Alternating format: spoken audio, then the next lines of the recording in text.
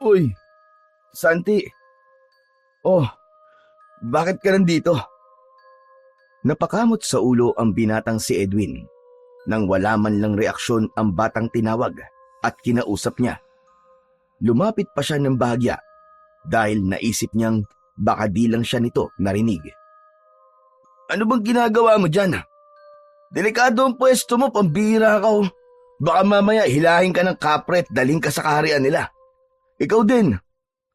Huy! Anong ginagawa mo dyan? Ngunit wala pa ring reaksyon ang bata.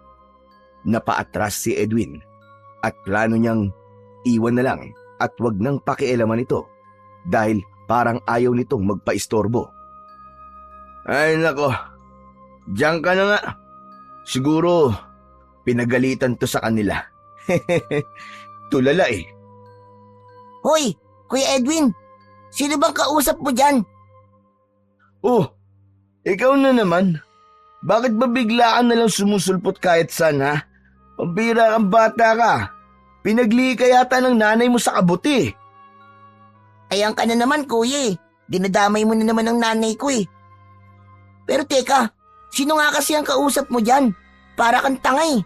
O baka naman may nakikita ka nang di ko nakikita. Hala ka, kuya. May multo ka bang kausap? Hoy, tigil-tigilan mo ako ah. Gunggong ka talagang bata ka. Hindi mo ba nakikita? Si Santi ang kinakausap ko. Pero ayaw ako sagutin eh. Teka, nasaan na ba ang batang yun? Bakit biglang nawala? Anong nawala? Eh wala namang tao dyan eh. Naiisip ko nga na baka nababaliw ka na at kinakausap mo ang puno. Ano? Ako nababaliw? Umayos kang bata ka at baka bigwasan kita dyan. Kinakausap ko nga si Santi, di mo ba nakikita? Nakaupo siya dyan kanina sa mismong puno. Kuya, kanina pa ako nakasunod sa iyo eh. Pero wala namang tao dyan sa balete. Wala akong nakikita. Baka naman namamalikmata ka lang, kuya. Hindi. Imposible yun. Nakita ko talaga. Nariyan nga siya kanina. Teka, baka umalis na nang hindi natin namamalayan. Ewan ko sa'yo, kuya. Basta, walang tao dyan. Hoy, ikaw na bata ka. Para lang sa kaalaman mo ha. Pasaway akong tao, inaamin ko. Pero hindi ako sinungaling. Ewan ko sa'yo. Diyan ka na nga. Umalis na si Edwin na puno ng pagtataka. Alam niyang hindi siya namamalikmata. Si Santi nga ang nakita niya doon. Baka nga umalis nang hindi nila napapansin. Winaglit niya na lamang sa isip ang tungkol kay Santi at tinahak ang daan papasok sa gubat. Hapon na at kailangan niya nang umuwi. Pagdating sa bahay ay sermon ang sinalubong ng kanyang lolo Eli. Saan ka na naman ba nanggaling ha, Edwin? Bakit ngayon ka lang? Lolo Eli, namingwit lang po ako sa ilog. Oh, sige nga, kung namingwit ka. Nasaan ang isda? Bakit wala kang dala? Ano po kasi, wala eh. Wala pong isda ngayon eh. Tsaka, naputol po yung nylon ng pambingwit ko. Ang sabihin mo, naglakwatsa ka lang. May pinaglololoko mo pa ako. Amoy chiko ka pa nga oh. Akala mo, porkit maayos kang magsalita eh, makakalusot ka sa akin. Hoy, wag ako, iba na lang. Lolo naman eh. Akala mo di dumaan sa pagiging lasinggero eh.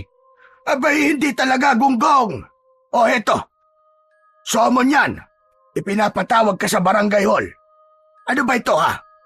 Sino na naman ba ang tinarantado mo? Ay nako, Lo. Si Tekla lang yan. Yung baklang matundon sa kabilang kanto. Wala naman akong kasalanan dyan eh. Siya pa nga dapat na ireklamo ko kasi ang arte-arte. Nakakasura ang itsura. Ayun, sinapok ko nga. Ay, Diyos kong batang ire. Natuwa ka pa sa katarantaduhan mo. Harapin mo yan bukas. Opo, Lo. Kinabukasan, matapos mag-agahan, nagsimulang maglakad si Edwin papunta sa barangay. Gaya ng inaasahan, Bigla na namang sumulpot si Chris at muling bumuntot sa kanya.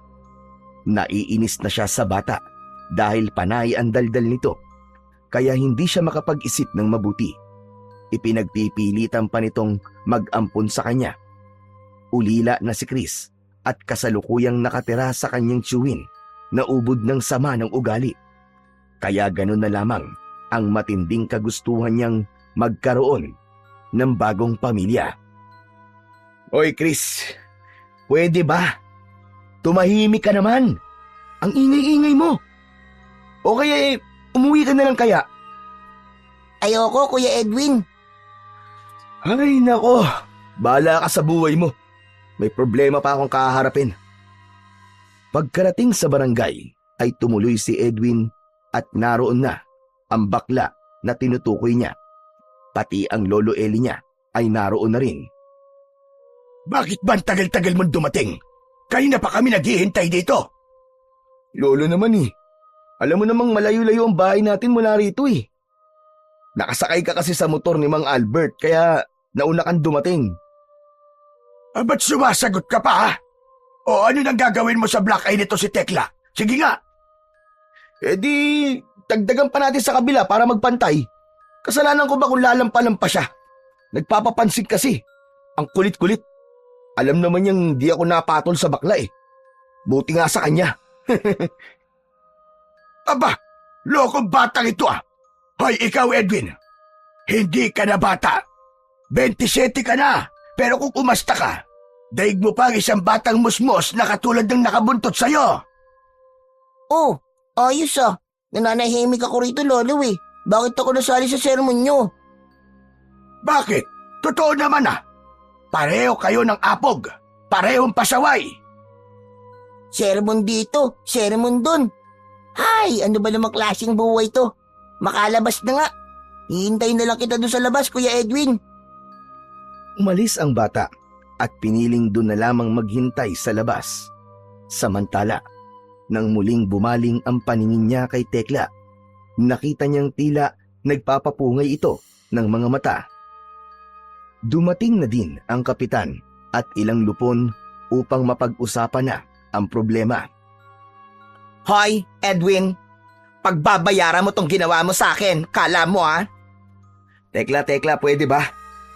Alam mo naman ang dahilan kung bakit ko ginawa yun sa'yo, di ba? Anong dahilan mo, Aber? Nako, Kap. Magpapabayad talaga ako ng danyo sa lalaking ito. Teka lang, ano magpapabayad ka ng danyos? Eh, ikaw naman ang dahilan kung bakit ka nasuntok eh. Dahilan. Che! Anong dahilan para saktan mo ko, ha? Eh wala naman akong ginagawang masama sa'yo, ah. Anong wala? Eh yung pangiinsulto mo sa akin sa harap na maraming tao. Yung ginagawa mong paninirang puro kasinungalingan. Akala mo ba hindi ako naaapektuhan doon? So sinaktan mo ko dahilan doon. Napakaduwag mo, Edwin. Wala kang ibang alam kundi idaan sa dasan lahat. Hindi ko plinanong saktan ka. Pero napuno na ako eh. Hindi mo alam kung gaano mo ako nilagay sa alanganin sa mga pinagsasabi mo. Tama ba naman na, Kap, sabihin niyang sota niya raw ako? Kahit na, wala kang karapatang malakit, no? O sige na. Eh, ano bang gusto mo? Para maayos lang to. May lakad pa ako eh. Hinihintay pa ako ng mga tropa ko. Kita mo? Ikaw pa to nagmamadali, ikaw na nga to may kasalanan? Pero sige, madali naman akong kausap eh. Hindi na kita pagbabayarin sa pasako. Pero sa isang kondisyon, pagsisilbihan mo ko ng 3 araw sa parlor. Aba, ayos ah. Ambisyoso ah. O ka po, parang ayaw yata oh. Hindi, sige. Payag na ako. Basta libre ang pagkain at merienda ah. Ibig sabihin pumapayag ka na?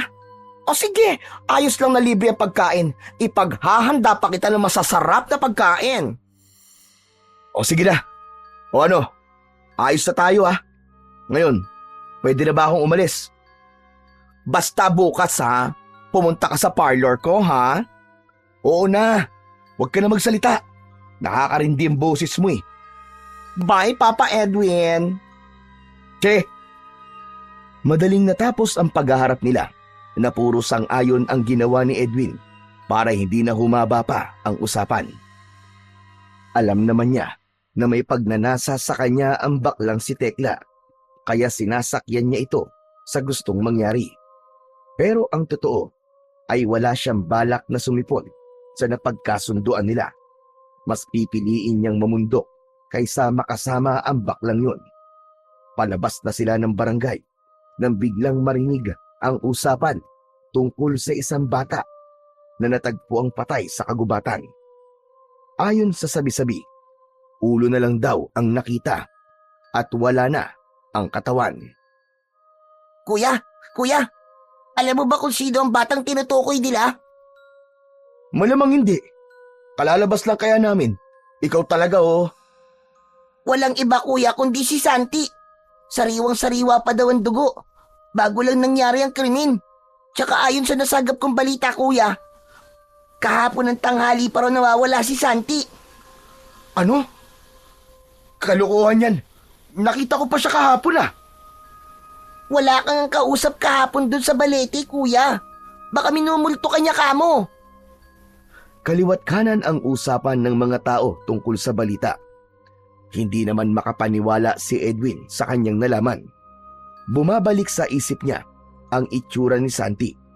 Maputla, nangingitim ang mga mata at tulala na parabang walang kabuhay-buhay. Biglang nagtayuan ang mga balahibo niya. Naalala niya ang ganitong senaryo noon bago namatay ang tatay neryo niya. Nakita niya rin ang imahe ng ama noon, katulad ng nakita niya kay Santi. Hoy, Kuya Edwin! Kuya! Ang lalim ng iniisip mo ah. Umalis na si Lolo Eli oh. Narinig mo ba sinabi niya o hindi? Ha? Ano ba? Sabi ko na eh, lutang ka na naman eh. Ang sabi niya, dumiretso ka na raw sa langit. Ano? Abi sira ulong bata to ah. Ikaw kaya ang ihagis ko papuntang langit. Ano, gusto mo? Hindi, joke lang yun kuya. Dumiretso ka na raw sa bahay para makaiwas na sa gulo. Basagulero ka raw kasi. Ano sabi mo? Oops! Totoo na yun. Talagang sinabi ni Lolo Eli na basagulero ka. At talagang inulit mo pa ah. Lumayas ka nga. Kutongan kita dyan eh. O paano, Papa Edwin? Pumunta ka sa parlor bukas ha? Hihintayin kita, babu. Grabe, Kuya Edwin. Ang lakas ng tama sa'yo ng baklang yun. Pakialam ko sa kanya. Bahala siya maghintay. Mamumuti ang mata niya. O kuya, saan ka pupunta? Wala ka ng pakialam. Diyan ka lang at huwag mo akong susundan ha, kung ayaw mong itali kita sa puno ng balete. Pauwi na si Edwin nang madaanan niya ang kumpulan ng mga tao at may patrol car ng mga pulis ang nakaparada sa gilid. Nakiisyoso siya at nakita niya ang 3 binata na nakaluhod sa lupa habang nakaposas ang mga kamay sa likod. Ayon sa mga pulis, ay nahuli ang mga ito na gumagamit ng ipinagbabawal na gamot. Pero mariin na tinatanggi ng mga binata ang akusasyon ng mga pulis. Nag-iinuman lang daw sila habang nagsisigarilyo. Ngunit matibay ang ebidensya na nakuha sa kanila. Dahil 3 pakete ng hinihinalang bawal na gamot ang nakita sa kani-kanilang mga bulsa. Kaya walang nagawa ang mga ito nang isakay sa patrol car. Maraming mga tao ang humanga sa kapulisan dahil sa sunod-sunod na pagkakahuli sa mga drug addict. Maging ang mga kawatan at iba pang uri ng krimen ay hindi nakaligtas. Hala, grabe. Kawawa naman sila. Parang hindi naman nagsisinungaling eh. Putragis ka talagang bata ka! Kailan mo ba ako tatantanan sa panggugulat mo ha? Iban sabi ko, wag mo na akong susundan. Ang kulit mo talaga.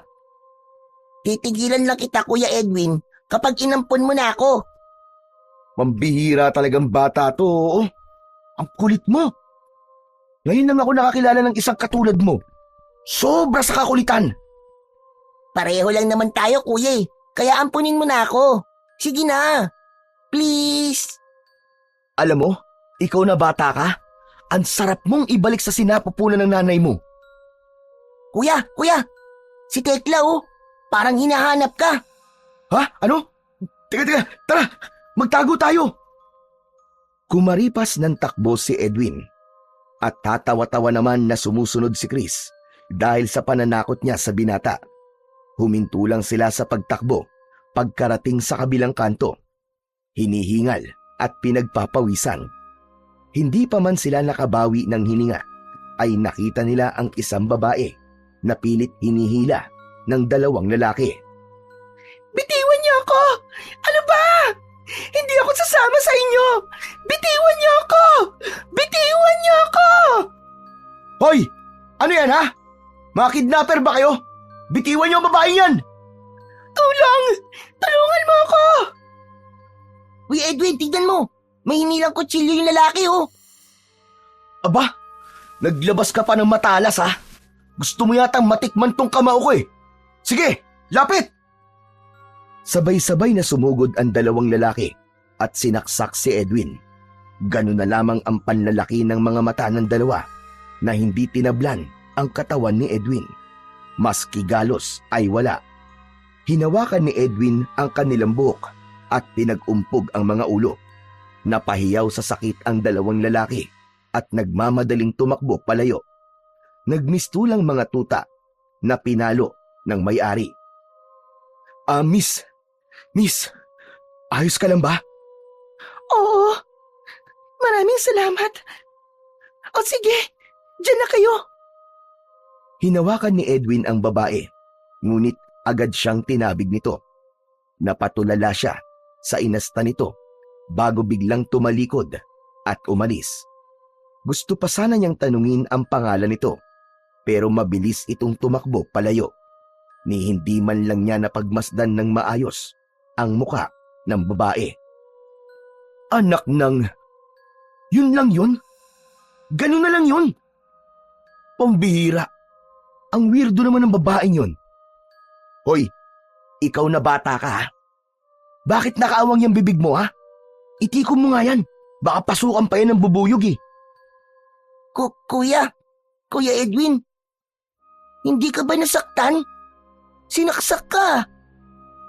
Hindi naman. Bakit naman ako masasaktan? Kuya, di ba sinaksak ka nga nila? Pero parang wala naman sa'yo. Ano? Oo nga no. Sinaksak nila ako kanina. Pero wala akong tama. Wala akong sugat. Teka kuya, tignan nga natin yung tiyan mo. Wow, wala nga talaga kuya. Pero napulit ang damit mo. Sayang, mukhang bago pa naman oh. Sinaksak ba talaga nila ako? Parang hindi naman eh. Kuya, kitang-kita ko. Sinaksak ka talaga. Pero himala kuya. Teka, sabihin mo nga sa akin, meron ka bang agimat? Ano? Agimat? Oo, agimat. O kaya anting-anting. Katulad dun sa palabas sa TV. Naalala bigla ni Edwin ang bagay na binigay ng tatay niya bago ito namatay. Nilagay lang ito sa kahon matapos ilibing ang tatay niya noon. At kahapon niya lang naisipang kunin at isuot. Totoo nga ang sabi ng tatay niya na kaya siyang protektahan ito laban sa anumang panganib na kakaharapin. Nilabas niya mula sa ilalim ng kanyang damit ang agimat na yon. Yari ito sa isang mahabang pangil ng oso. Kakaiba sa lahat ng kulay. Karaniwang kulay ay puti, ngunit ang isang ito ay itim na may halong pula at kayumanggi. Ito nagbigay ng proteksyon sa akin. Kuya Edwin, ang astig naman yan. Pwede bang pahiram ako kuya? In your dreams. Galing pa to sa Amerika no? Baka hindi mo alam. Ano? Nakapunta ka na ng Amerika, Kuya Edwin? Galing sa Amerikano, loko. Regalo niya to sa tatay ko nung kabataan daw nila. Yung Amerikano, para bang albularyo din sa ibang bansa? Ayos pala kung ganun. Ang galing naman yan. Sana, balang araw, magkaroon din ako niyang katulad ng sayo. Sobrang saya ni Edwin nang matuklasan niya ang kakayahan ng hawak niyang anting-anting dahil sa tiwala niyang may proteksyon siya gamit ang bagay na yon. Madali na lamang para sa kanya ang makisawsaw sa gulo. Lalo siyang naging arogante at nagsiga-sigaan siya sa kanilang lugar. Isang araw, nagpunta siya sa sabungan. Nang maramdaman niyang naiihi siya, pumunta siya sa likuran ng isang puno ng nyog. Habang abad siya sa pagputi, bigla na lang sumumpot ang isa niyang kaibigan, kaya napilitan siya umito. Nagtandara pa siyang isara ang zipper ng pantalo niya. Halatang nagulat at nahihiya sa hindi inaasahang pangyayari. Oh, huy! Bakit bigla-bigla ka na lang sumusulpot dyan? Sa harapan ko pa talaga mismo Nang boboso ka eh. Nagtaka si Edwin kung bakit hindi ito gumagalaw at katulad ni Santi, tulala ito at maputla. Huy, Peter! Peter, huy! Magsalita ka naman! Abay, tulala ka! Uy, Kuya Edwin, sino na naman ang kausap mo dyan? Nagsasalita ka na naman mag-isa. Halos napatalon sa gulat si Edwin sa pagsulpot na naman ni Chris at nang lingunin niya si Peter ay wala na ito. Si Peter! Nakita ko siya kanina nakatayo dito eh. Ano? Wala ka namang kasama dito, kuya eh. Totoo bang wala kang nakikita na kasama ko rito? Baka naman pinagtitripan mo lang ako palagi Kukutungan na talaga kita. Totoo nga, kuya. Wala talaga akong nakikita. Magsisinungaling ba naman ako sa'yo? Tsaka alam mo ba, kuya? Napansin ko, nung sinabi mo nakita mo si Santi dati, namatay siya kinabukasan. Naku, hindi kaya mamamatay din si Kuya Peter? Ano sabi mo? Halika dali! Puntahan natin! Tara, kuya! Mabilis silang tumakbo patungo sa kumpulan ng mga tao sa sabungan upang hanapin si Peter. Kanina lang ay nakita nila ito. Ngunit ayon sa mga nakakakilala sa kanya, umuwi na raw ito kasama ang barkada. Hindi naman kalayuan ang bahay ni Peter mula sa sabungan, kaya't nagmadali silang tumakbo papunta roon. Pagdating nila sa tapat ng bahay ng kaibigan, saktong nagkakagulo ang mga tao. Dinakip ng mga pulis si Peter at sinabing isa ito sa gumagamit ng ipinagbabawal na gamot. Umiiyak itong humihingi ng tulong. Mariing itinatanggi ang paratang. Kilala rin ni Edwin si Peter at alam niyang hindi ito gumagamit ng droga. Lulong lamang ito sa sugal, ngunit kailanman ay hindi ito nalulong sa bawal na gamot. Lalo na't may allergy pa ito sa usok. Naawa si Edwin sa kanyang kaibigan, kaya't agad niyang hinarangan ang mga pulis na kumakaladkad kay Peter papunta sa patrol car. Teka, sandali lang po, Chip. Hindi naman po drug addict ang kaibigan ko eh. Mabait po na tao yan, mga sir. Walang rason po para hulihin niyo siya. Hindi po yan addict. Nagtaasan ang kilay ng mga pulis. Halatang naiinis sa panghihimasok ni Edwin.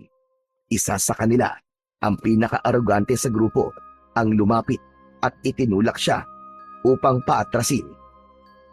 Ngunit nasa halip na siya ang umurong, ang pulis pa mismo ang napaatras. Tila may kung anong puwersang bumaliktad sa kilos niya. Nawalan ito ng balanse at muntik nang bumagsak sa lupa. Dahilan upang mapaatras ang iba pang mga pulis na nagulat sa pangyayari. Nagkaroon ng katahimikan sa paligid. Napatingin ang lahat kay Edwin na tila walang nangyari, habang si Peter naman ay patuloy na nagmamakaawa na hindi siya nagkasala.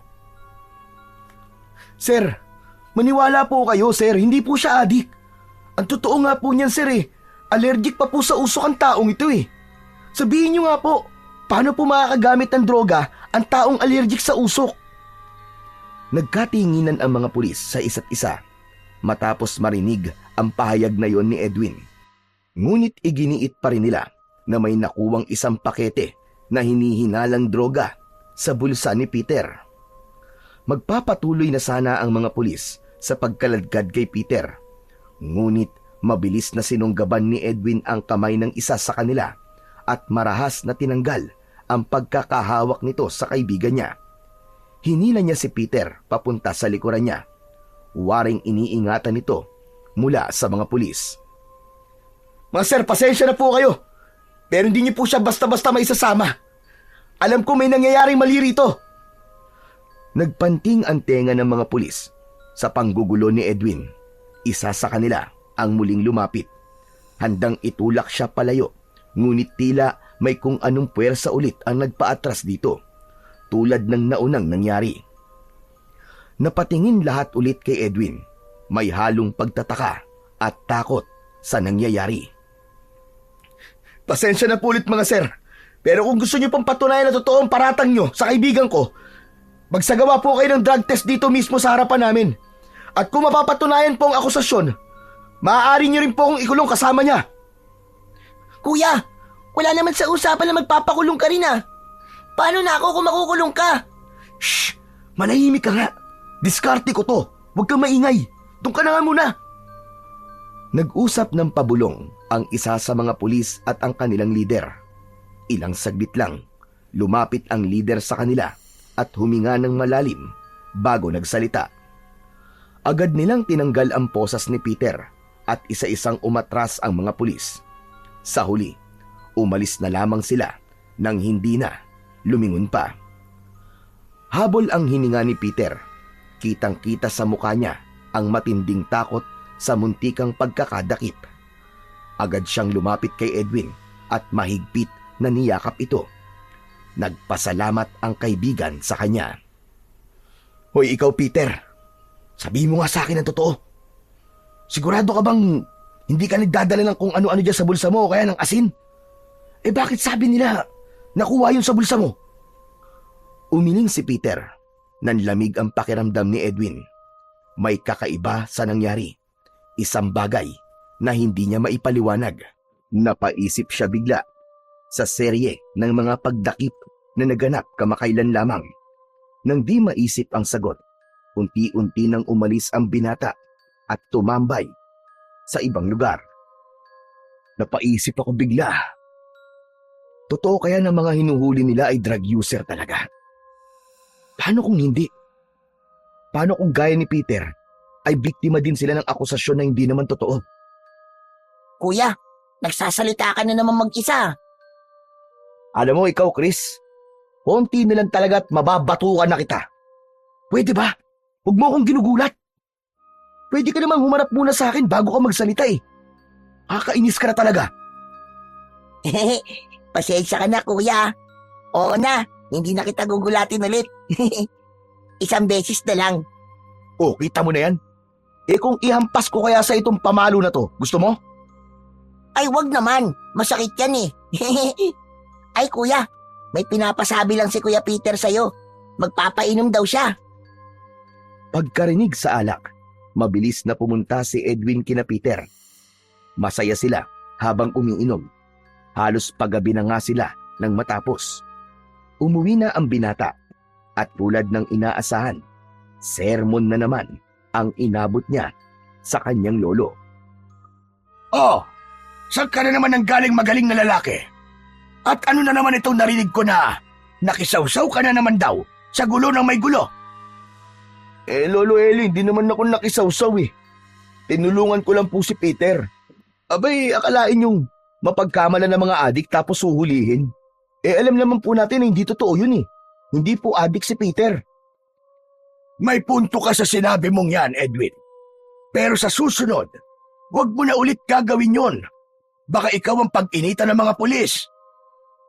Lo, alam ko yun. Pero ginawa ko lang po ang alam ko na tama. Totoo naman eh. Hindi user ng drug ang kaibigan kong si Peter. Kaya imposible po ang pinaparatang sa kanya. Tsaka di ba alam nyo na allergic sa usok yun? Pambihirang mga pulis to. Sino pang maniniwala sa kanila kung ganun sila karumi magtrabaho para lang may madakip? Napapaisip na nga rin po ako eh. Kung totoo bang mga drug addict yung mga nadakip nila ng mga nakaraan. Paano kung hindi? Kaya totoo o hindi, tigilan mo na to, Edwin. Ayoko mapahamak ka. Hinding-hindi mangyayari yun, Lolo. May panangga ako laban sa mga masasama. Hindi nila ako kayang saktan. Dahil may anting-anting ako. Pinagmayabang mo pa. Pasalamat ka at meron ka niyan. Pero teka, kailan mo pa naisipan na gamitin yan? Nung kaarawan po ni tatay, naalala ko po siya kaya kinuha ko po to sa kahon na pinagtaguan niya. Alam mo na ba paano gamitin ang bagay na yan? Ang alam ko lang po ay pinoproteksyonan po ako nito. Alam mo, Edwin, hindi lang yan basta pamproteksyon lang. Marami kang magagawa sa tulong ng bagay na yan. At yun ay kung desidido kang pag-aralan kung ano ang mga yon. Ano, Lolo Eli? Talaga po ba? Abay kung ganun, kailangan ko pong pag-aralan kung ano-ano ang mga yon. Pero teka, lumaiba ako. Naalala niyo po ba yung araw bago po mamatay si tatay? Di ba, sinabi ko nakita ko siya nung nasa bundok tayo? Oo, may kakayahan kang makakita ng espiritu ng taong malapit ng mamatay. Ganon din ang nangyari sa tatay mo. Kinabukasan ay naabutan natin siya naghihingalo. Bakit? Bakit mo na itanong ang tungkol doon? Bago po kasi yung araw na nagharap kami ni Tekla sa barangay. Nakita ko po yung espiritu ni Santi. Kinabukasan po namatay siya. Ganon din po kay Peter. Kaya po nagmamadali akong pumunta sa bahay nila kasi alam ko na po ang susunod na mangyayari. Isa lang ang ibig sabihin niyan, Edwin Iho. Nagsimula na namang maghasik ng lagim ang mga aswang dito sa lugar natin. Oh? Ano, Lolo Eli? Aswang? Sigurado po ba kayo? Hindi ito ang unang beses na nangyari ito sa baryong to, Edwin. Nung kabataan ko, may isang taong may kakayahan din na katulad mo. Nakikita niya ang espiritu ng malapit ng mamatay. At lahat ng nakita niya noon, kinabukasan, patay na. Alam mo kung ano nangyari sa kanila? Hindi sila basta namatay dahil sa sakit o isang aksidente. Natagpuan sila na gutay-gutay. Parang kinatay ng mabangis na hayop. Lolo Eli, baka naman nagkataon lang ang mga pangyayari niyan. Ang dami-dami pong pwedeng maging dahilan ng pagkamatay ng mga tao. Maniwala ka sa akin, Apo. Ang mga nakikita mo, ang mga kaluluwang nakikita mo, ay maaaring naging biktima nila o magiging biktima pa lamang. Lolo Eli, ang dami niyo pong alam ha. Hindi naman po ako naniniwala sa mga aswang eh. Pero kung totoo yan, bakit hindi ko nakikita mismo ang mga aswang? Bakit espiritu lang ng malapit ng mamatay ang nakikita ko? Dahil yan ang babala sa'yo. Hindi mo sila basta-basta makikita. Pero gusto ng anting-anting mo na malaman mo ang mga susunod nilang magiging biktima. Lolo Eli, ang hirap naman pong paniwalaan yung sinasabi nyo. Pero kung sakaling totoo nga yan, paano naman po natin malalaman kung sino po ang aswang? Sige nga. Magmasid ka, Edwin. Talasan mo ang iyong pandama. Ang aswang ay marunong magtago at magpanggap. Mapanlin lang sila. Sandali, Lolo Eli. Yung mga pulis, nang hawakan po nila ako kanina, tinulak po nila ako. Parang sila pa po yung napaatras at nasaktan eh. Hindi kaya... Tama ka. Posible yun. Pero mahirap pang magsalita sa ngayon. Kailangan mong makasiguro muna at humanap ng matibay na ebidensya.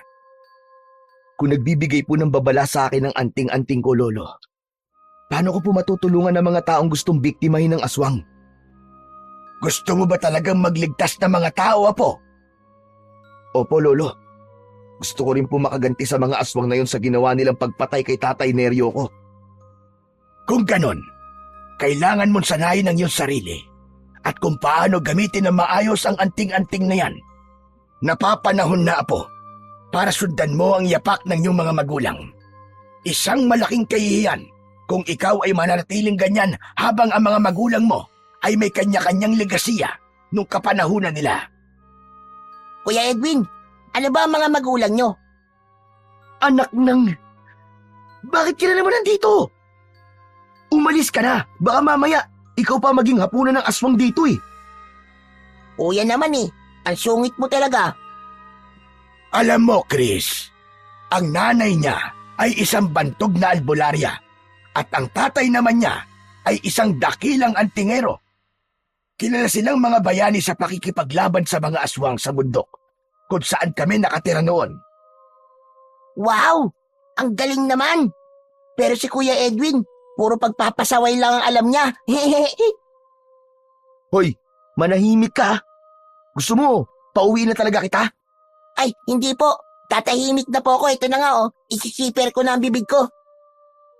Kaya ikaw, Edwin, wala kang dapat sayangin na panahon. Ikaw lang ang may kakayang labanan ng mga aswang. Ikaw lang ang makakatalo sa kanila. Kaya kailangan mo sanayin ng gusto ang abilidad na meron ka. Dahil kung hindi, marami ang mabibiktima ng mga aswang na yan. Pero Lolo Eli, paano ko po sisimulan? Saan po ako magsisimula? Unahin mo ang pagsasanay sa taglay mong lakas. Kailangan matibay ang pundasyon ng iyong katawan. Halika, sumunod ka sa akin sa likuran ng bahay. Nagpunta sila sa likod ng bahay, kung saan may malalaking troso, bato at isang sako ng buhangin na nakabitin sa puno ng mangga. Unang ipinabuhat ni Mang Eli kay Edwin ang 3 troso. Walang kahirap-hirap na itinaas yun ni Edwin at ibinalibag sa lupa. Sumunod naman ay isang bato na may timbang na halos 100 kilo. Parang balde lang yun ng tubig nang binuhat ni Edwin at ilipat niya ito sa tabi ng puno ng mangga. Ang huling pagsubok ay ang pagsuntok sa sako ng buhangin. Sa isang malakas na suntok, tumalbog ang sako at agad itong nabutas, dahilan upang kumalat ang buhangin sa buong paligid. Magaling! Walang duda. Kaya mo ang harapin ng mga aswang at durugin sila kapag nagkaharap-harap na kayo. Wow! Grabe ka, Kuya Lodi! Tao ka pa ba? Ano ako sa tingin mo, multo? Eh di, Darak! Ikaw ba yan? Tigil-tigilan mo na ako, Chris ha. Naaasar na ako sa'yo. Kumuha ng panggatong si Mang Eli at lumapit kay Edwin. Hinampas niya ito sa bandang puwet at napasigaw sa sakit ang binata. Aray! Lo! Aray ko, aray ko! Ang sakit naman, Lo! Bakit niyo po ako pinalo? Sinasabi ko na nga ba, mahina ka sa bagay na ito. Hindi sa lahat ng pagkakataon ay makukuha mo sa lakas ang pakikipaglaban, Edwin. Kailangan mo ring maging maingat at mapagmatsyag dahil isa ito sa kahinaan mo. Maaari kang masaktan kung hindi ka alisto. Tulad ng ginawa ko ngayon. Huwag kang maging kampante sa mga taong nasa paligid mo. Yan ang iyong pakatatandaan. Ibig sabihin po, Lolo Eli, kaya akong patumbayin ng mga simpleng bagay, maliban sa harap-harapang pakikipaglaban ko? Nakuha mo. Mabuti't gumagana pala ang utak mo kahit minsan. Pero maliban dyan, kailangan nating malaman kung may iba ka pang kahinaan. Sa ngayon, pakiingatan mo mabuti ang anting-anting na yan at wag na wag mong iwawala. Burara ka pa naman. Si Lolo talaga oh, naisingit niyo pa yun. Pero wag po kayong mag-alala, Lo. Iingatan ko po ito ng mabuti. Pero Lolo, may tanong po ko. Anong klase po ng mga aswang ang pumapatay po dito sa lugar natin? Hindi ko pa alam sa ngayon, Chris. Pero kung pagbabasihan yung mga nangyari noon, sila ay ang mga aswang na abwak. Ano po? Abwak? Isang aswang na may anyong taong bayawak. Hala, taong bayawak. Nakakatakot naman yun. Kaya ikaw na bata ka, huwag kang umaalis sa gabi kung ayaw mong maging barbecue. Opo, Lolo. Ayoko po maging pulutan ng mga aswang. Lumipas ang mga araw. Patuloy na ginagamit ni Edwin ang kanyang kakayahan upang mailigtas ang kanyang mga kababayan sa tiyak na kapahamakan. Sa tuwing nakakakita siya ng espiritu ng isang taong malapit ng mamatay, agad siyang kumikilos upang pigilan ang trahedya na maaaring mangyari. Dahil sa kanyang paniniwala na may anomalya sa loob ng presinto, hindi siya nag-atubiling harangin ang mga pulis sa kanilang panguhuli. Galit na galit ang kapulisan sa ginagawang yun ni Edwin. Hindi nila matanggap na may isang taong humahadlang sa kanila, lalo na't hindi nila ito kayang sagupain dahil sa makapangyarihang proteksyon mula sa kanyang anting-anting. Alam nilang hindi siya basta-basta matitinag, kaya't pansamantala silang tumigil sa operasyon upang mag-isip ng paraan kung paano siya pababagsakin. Samantala, lubusang pinaninindigan ni Edwin ang pagiging isang antingero. Ipinangako niya sa kanyang sarili na susundan niya ang yapak ng kanyang ama bilang isang tagapagtanggol ng sanlibutan at tagapuksa ng mga aswang. Alam niyang malaki ang responsibilidad na yon na nakaatang sa kanyang balikat, ngunit handa siyang harapin yon. Isang gabi, habang pauwi si Edwin mula sa isang gawain, may 3 anino ang lumitaw mula sa madilim na eskinita at humarang sa kanyang daraanan. Hindi siya natinag. Sa halip, hinarap niya ang mga ito nang walang takot na nararamdaman. Sa isang kisap mata, nagbago ang kanilang mga anyo. Ang kanilang balat ay pumusyaw at naging makunat.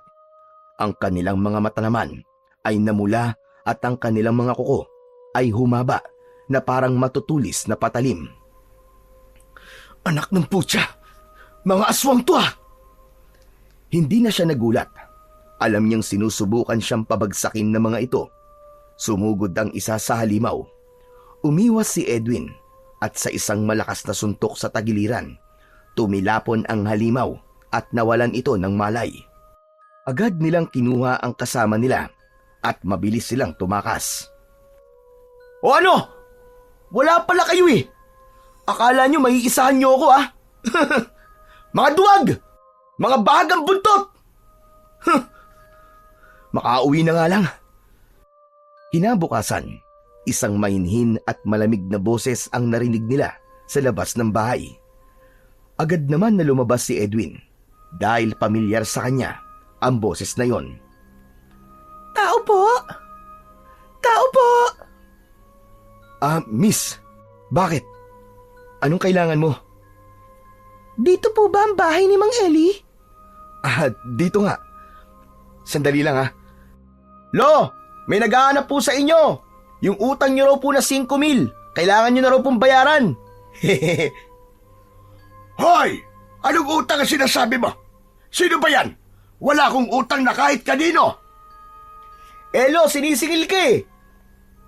Aba't sandali lang. Sino ba yung lintik na taong yan? Aba, si Lina. Ay iya, ano bang ginagawa mo dito? Magandang araw po, Mang Eli. Ay magandang araw din naman. Pagpasensyahan mo na tong apo ko ha. Ganyan lang talaga yan eh. Halika, pasok ka. Ano pala ang kailangan mo sa akin? Bibili lang naman po ako ng uling. Oo, marami pa akong uling. Ilang supot ba ang bibilhin mo? Isang sako po sana. Aba, ayos. Buena mano sa umaga. Magkano po ba ang isang sako? Ay 350 lang para sa'yo. Dahil ikaw ang una kong customer ngayong umaga. Ibibigay ko na lang sa'yo ng 300. Talaga po? Maraming salamat po kung ganun. Walang anuman. Oh, ikaw naman Edwin. Anong tinutunga-tunga mo dyan?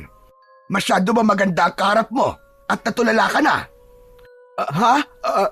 Lolo, si Lolo naman panira ka ng moment eh.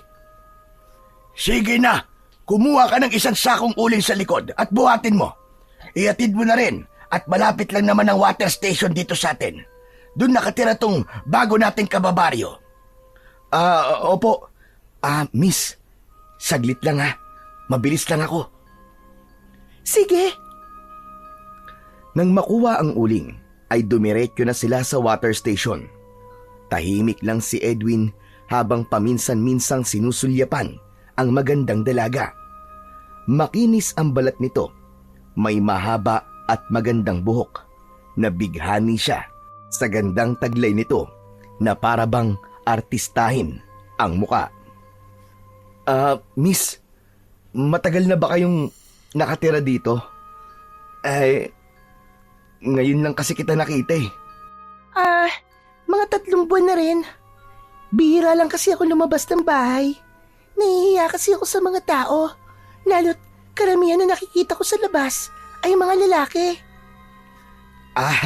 Ganun ba? Tama rin naman. Mas maigi ng maging maingat. Oo, lalo na noong nakaraang mga araw na muntik na akong tinangay ng 2 lalaki. Buti na lang, niligtas ako ng lalaki na dumaan. Alam ko na. So ikaw yung babaeng tinulungan ko. Kaya pala parang pamilyar ka sa akin eh. Sabi ko na eh. Parang nagkita na tayo eh. Talaga ba? Ikaw pala yun? Nako, pasensya ka na. Di ako nakapagpasalamat ng maayos sa'yo dahil nagmamadali akong umalis. Natakot kasi ako nun eh. Wala yun, ayos lang. Ang mahalaga naman sa akin eh, ligtas ka. Aanin mo pala tong uling. 1 sako talaga ang binili mo. Yan ba? Naisip kasi namin na magluto ng barbecue kada hapon. Pangtinda ba? Sayang kasi, marami pa naman mga tao dito. Baka mag-click gawing pangkabuhayan namin. Ganun ba? Ayos yun. May bibilan na kami palagi ng masarap na ulam. Aasahan ko yan ha. Oo ba? Gusto mo? Samahan pa kita lagi dito eh. Salamat, pero nakakahiya naman kapag ganun. Hindi, wala yun. Basta ikaw. Walang problema. O siya, salamat pala sa paghatid sa akin ha. Walang anuman, miss. Basta ikaw. Nanginginig pa. Hoy kuya, dumadabubs ka ha? Ikaw ha? Ikaw na naman. Aatakihin ako sa yung bata kay. Selena. Si Chris nga pala. Ang batang kabuti. Hoy, anong kabuti? Hi, ate ganda. Hello, Chris. O sige, mauna na kami ha. Ingat ka. Halika na nga rito, Chris. Aray. Bye, ate ganda. Aray ko. Tara na. Ikaw talagang bata ka ha. Kotang-kota ka na sa akin. Di ba sabi ko wag na wag mo akong ginugulat? Sorry na kuya. Bitiwan mo na ang tenga ko. Aray, masakit. Masakit pala eh. Siguro naman ngayon magtatanda ka na. Oo na kuya. Last na talaga yun. Sa paglipas ng mga araw, lalong nabihag si Edwin sa angking kagandahan ni Selena. Hindi niya maiwasang hanap-hanapin ang presensya ng dalaga. Kaya naman, tuwing hapon, kahit hindi siya ganun kahilig sa barbecue, dumadaan siya sa kanilang tindahan upang bumili. Kahit 2 piraso lang, para lang magkaroon siya ng pagkakataong makausap si Selena. Panandali ang nakalimutan ni Edwin ang tungkol sa mga aswang. Mabuti na lamang at tila humupa muna ang lagim sa kanilang baryo. Walang bagong biktima, walang natatagpo ang bangkay, walang kakaibang pangyayari. Sa isip niya, marahil ay tuluyan ng umalis ang mga halimaw. Hanggang sa isang gabi, naglakas ng loob ang binata na tuluyan nang ligawan si Selena. Selena, pwede ba kitang makausap sandali? Oh, Edwin! Anong ginagawa mo rito? Gabi na! Alam ko, Selena, na gabi na. Pero, ano kasi, hindi ko kasi kayang pigilan eh. Gusto ko sanang magpaalam sa'yo. Magpaalam? Saan ka ba pupunta? Hindi. Ibig ko sabihin, Gusto kong magpaalam kung kung pwede ba kitang ligawan? Ha? Totoo ba yan? Oo, Selena. Ang totoo niyan gusto talaga kita eh. Lagi akong bumibili ng barbecue kahit hindi naman talaga ako mahilig sa barbecue. Para lang makita ka at makausap. Ngayon, gusto ko maging totoo. Handa ako manligaw sa'yo. Yun ay kung papayag ka. Edwin, sandali Hindi ko inaasahan to eh. Oo, hindi naman kita pipilitin eh. Basta, gusto ko lang ipaalam sa'yo na seryoso ako. Handa ako maghintay. Basta may pag-asa. Hindi kita masasagot sa ngayon. Pero sige, okay lang naman ligaw ka. Talaga? Pumapayag ka? Oo, pero ipapaalala ko lang sa'yo Mahirap akong ligawan. Mas mahirap pa ba kaysa sa pakikipaglaban sa mga aswang? Sira! Masayang masaya si Edwin nang umuwi siya sa kanila. Pakiramdam niya ay nakalutang siya sa alapaap. Nararamdaman din niyang nasa kanya ang lahat. Ang tapang, ang lakas, at ngayon ang posibilidad ng isang pag-ibig mula sa babaeng nagugustuhan niya. Ngunit pagkalipas ng 3 gabi ng kabilugan ng buwan, nagulantang ang buong baryo sa isang nakakakilabot na balita. 4 na katawan ang natagpuang patay sa gubat. Lahat ng ito ay wasak ang katawan, parang nilapa ng mababangis na hayop. Walang nakakita sa tunay na nangyari. Ngunit isang bagay ang sigurado. Bumalik na naman ang mga aswang sa pag-aasik ng lagim. Paano nangyari yun? Bakit wala akong nakitang espiritu sa mga nagdaang araw? May kinalaman kaya dito ang bilog na buwan? Po?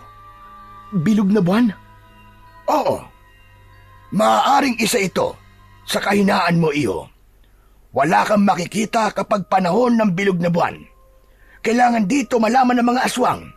Dahil kung hindi...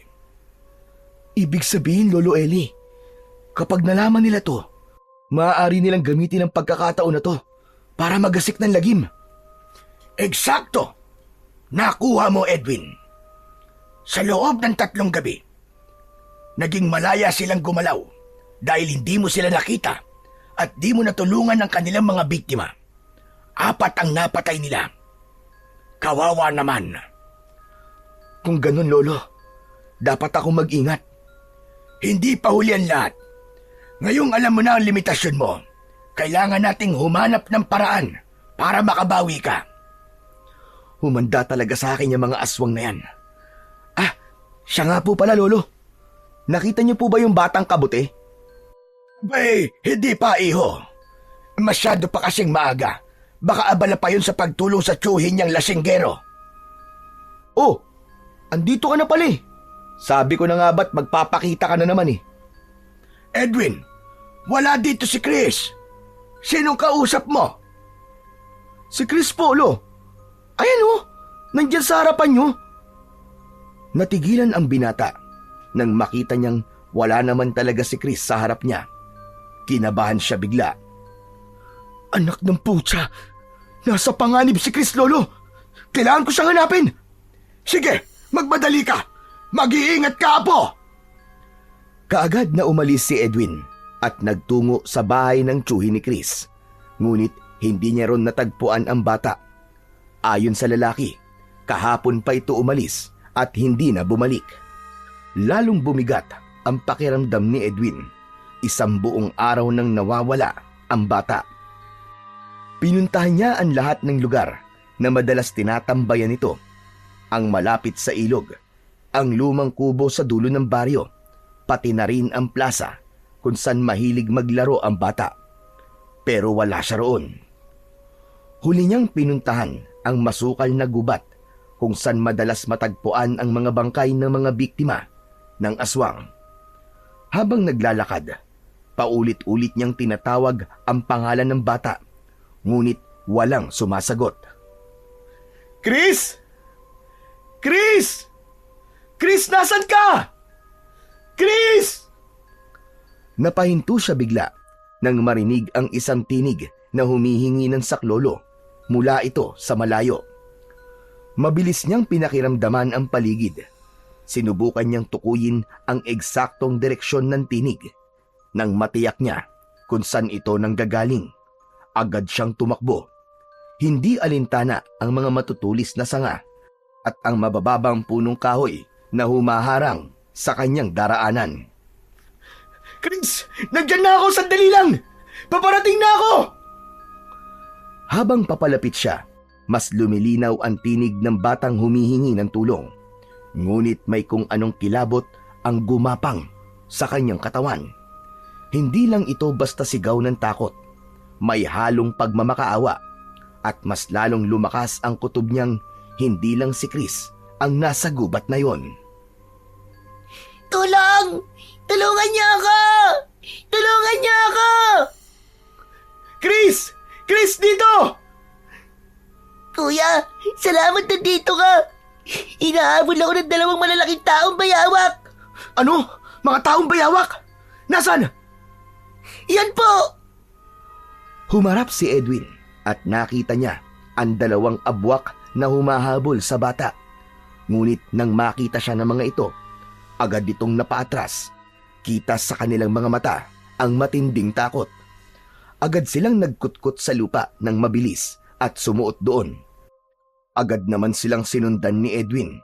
Mabilis na tinahak ang masukal na gubat.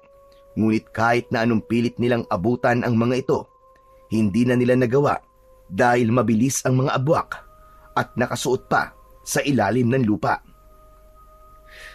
Wisit! Nakatakas na sila! Huminto si Edwin at ang kanyang kamao ay mahigpit na nakasara. Ramdam niya ang matinding inis dahil hindi niya nagawang pigilan ang mga abwak. Wisit kayong mga abwak kayo! Paano nangyari yun? Akala ko, sa gabi lang sila lumilitaw. Kuya, salamat. Ang akala ko talaga, katapusan ko na, kuya. Natakot talaga ako. Chris, paano ka nila nakuha? Kasi kuya, nakita ko kahapon na may dinaki pa mga peking pulis. Sinundan ko sila, sakay ng bike ko. Mabagal sila nagpapatakbo ng sasakyan nila hanggang pumasok sila sa gubat. Hindi ko namalayan na nahulog na pala ako sa patibog nila. Inuwa nila ako para gamitin laban sa'yo, kuya. Nakita ko pa kung paano nila katayin ng isang tao doon. Niluto nila tapos kinain. Mga demonyo sila. Saan eksaktong lugar sa gubat yan? Sa pinakadulo ng ilagang gubat, kuya. May kampo sila ron eh. Malayo yun sa kabihasnan. Kahit anong sigaw mo, walang makakarinig sa'yo. Pero, paano ka nakatakas? Tinulungan ako ng mga kasama ko ron dahil ako raw ang pinakabata at pinakamabilis sa tumakbo. Akala ko mahahabol na nila ako eh. Ayoko maging pagkain nila. Natatakot ako, kuya. Mabuti na lang talaga dumating ka eh. Pero, anong ginagawa mo ba dito sa gubat? Ano pa nga ba? E di hinahanap kita. Nakita ko kasi ang espiritu mo eh. Kuya, tulungan natin yung mga taong nandun. Kawawa sila. May mga pamilya sila naghihintay sa kanila. Yung mga pulis. Totoo, kuya, nagpapaggaplan silang mga pulis. Madami sila dun. Parang isang buong baryo ng mga aswang. Yung mga inuhuli nilang mga drogista kuno, kinakarni nila at pinagsasalu-saluan kapag gabi. Nagsimula ng maglakad ang 2, papunta sa hilagang gubat na sinabi ni Chris. Tahimik ang buong paligid. Tanging mga huni lang ng ibon at kaluslos ng mga dahon ang kanilang naririnig. Ramdam ng binata ang kakaibang enerhiya sa lugar. Habang papalapit sila sa kampo, tinapik ni Edwin si Chris at sumenyas na dahan-dahan silang lalapit. Nagtago sila sa likod ng isang makapal na halaman at sumilip. Doon nila nakita ang nakaririmarim na tanawin. May mga tao na nakatali sa puno, sugatan at halos wala ng malay. Ang ilan ay patay na at ang kanilang mga katawan ay gutay-gutay. Halatang pinagpiestahan ng mga halimaw. Nasa gitna naman ng kampo ang isang malaking tulyasi na may nilulutong lamang loob ng tao. At ang amoy ay halos magpasuka kay Chris. Yak! Nakita mo na, kuya? Di ba tama at sinabi ko sa'yo? Mga demonyo talaga sila. Kailangan may gawin tayo bago pa nila tuluyang katayin ng mga natitira pang buhay. Doon sa kubong yun, kuya. Madami pa silang biyag doon. Nandun din yung mga pulis na ginagaya nila. Nagmasid si Edwin sa paligid. May 3 anino na mga bantay na naglalakad paikot sa kampo. Sa araw, mahina ang mga aswang, pero hindi ibig sabihin ay hindi sila delikado. Kailangan nilang kumilos ng maingat. Chris, dito ka lang ha. Huwag kang lalabas dito hanggat hindi ko sinasabi. Naiintindihan mo? Oo, kuya. Dahan-dahang lumabas si Edwin mula sa kanyang pinagtataguan. Mabilis siyang sumugod sa unang bantay. Hinagisan niya ito ng bato upang makuha ang atensyon nito. Nang lumapit ang aswang upang siyasatin ang pinagmulan ng ingay, biglang sinunggaban ito ni Edwin mula sa likod at tinakpan ang bibig nito bago pinilipit ang leeg. Bumagsak ang lalaki nang walang ingay. Ang pangalawang bantay naman ay nakatalikod at mukhang inaantok. Sinamantala ito ni Edwin. Lumapit ng dahan-dahan at hinatak ito, sabay suntok sa leeg. Nawalan ito ng buhay kagad. Pero bago pa niya matumbok ang pangatlong bantay, isang malakas na kaluskos ang narinig niya mula sa kanyang likuran. Napalingon siya at nakita si Chris na nadulas at nahulog sa mga tuyong sanga. Kuya! Chris! Anak ng putya, bakit ka sumunod? Biglang nagkagulo sa kampo. Narinig ni Edwin ang isang malakas na singasing. Senyales na nagising na ang mga halimaw. Mabilis siyang tumakbo pabalik kay Chris. Pero bago pa niya ito maabot, 3 malalaking lalaki ang lumabas sa kubo. Ngumisi ang isa sa mga ito habang unti-unting nagbabago ng anyo. Lumalaki ang katawan at nagkakaroon ng matatalim na kuko. Naging makapal din ang kanilang balat na parang sa isang bayawak. Binunot ni Edwin ang kanyang itak na dating pagmamay-ari ng kanyang yumaong ama. Handa siyang makipaglaban, 1 laban sa 3, para sa buhay ng mga inosenteng tao mula sa kampo ng mga halimaw. Chris, gawin mo lahat para mapalaya mo yung mga biyag. Ako nang bahala sa mga demonyong to. Gawin yun lahat para makatakas kayo.